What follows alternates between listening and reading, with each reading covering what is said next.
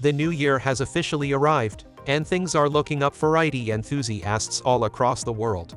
Following some impressive CES announcements, Apple has officially introduced the new Mac Mini with the M2 processor, which appears to be a rather impressive workstation.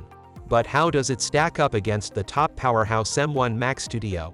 Find out more in today's comparative video.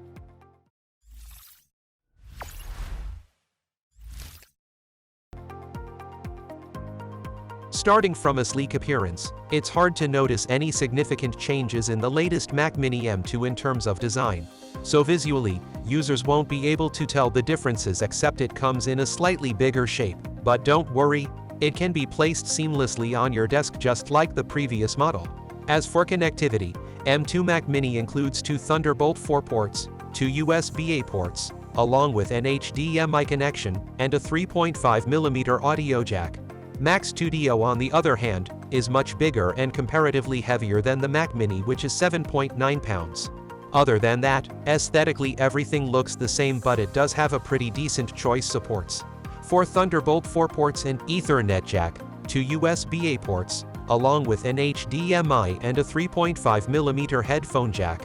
On top of that, you'll also find 2 USB-C ports on the front along with an SD card slot, which is really convenient since we mostly import photos or videos from an SD card slot. So, if you're looking for differences in terms of visual appearance, then you're likely to get disappointed. Because the only noticeable difference is Mac Studio's bulky shape, which looks like the size of 2 Mac menus stacked on top of each other. Other than that, everything pretty much looked the same.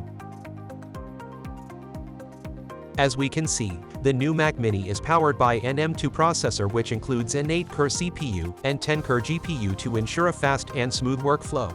Besides that, this version of Mac Mini also comes up with up to 24 GB of RAM, 2 TB of maximum storage capacity, and 100 GB per second of memory bandwidth speed, which almost shows double the performance when it comes to using editing software such as Adobe Photoshop. On top of that, they have also added the ProRes acceleration to M2 Mac Mini. So if you love editing videos on the Final Cut Pro, then you'll be happy to know that it's now twice as fast as it was before. And according to them, their next generation neural engine is 40% faster than the M1. In comparison, Mac Studio is equipped with an M1 Mac processor which has a 10-core CPU and 24-core GPU, comparatively higher than the M2 ones.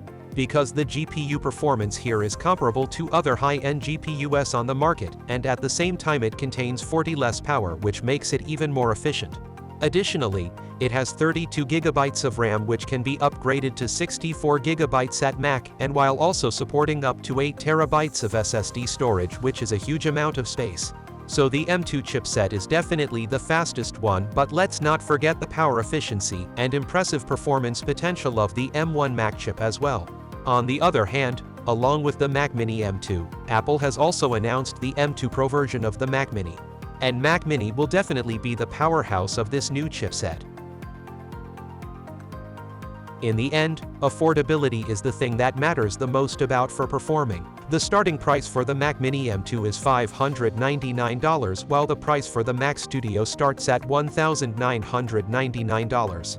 So, the price gap between these two devices is huge. On one hand, with less price you're getting the latest Mac Mini with the powerful M2 chipset, but on the other hand, with more price, Mac Studio is offering you a portable workstation which is capable of making audio studio work dreams come true. But yes, we have to agree, in terms of price and performance, Mac Mini M2 definitely values the most.